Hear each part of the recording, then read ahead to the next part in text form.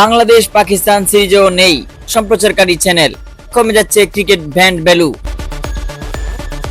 বাংলাদেশ পাকিস্তান টি-20 সিরিজ শুরু হতে 2 সপ্তাহ বাকি নেই, এখন পর্যন্ত কোনো টিভি চ্যানেল সম্প্রচার সত্ত্ব নেওয়ার আগ্রহ দেখায়নি।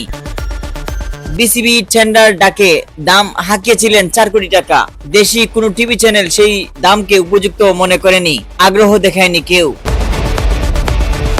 বিসিবি সূত্র বলেছে মূলত অতিরিক্ত দামই অনাগ্রহের কারণ। বিশ্লেষকদের মতে সাকিব, তামিম, মুশফিকদের না থাকায় দলে ব্র্যান্ড ভ্যালু অনেকটাই কমে গেছে। তারকাবিহীন দল হওয়ায় দর্শক আগ্রহ কমে গেছে, তাই বিনিয়োগে ভয়ে চ্যানেলগুলো।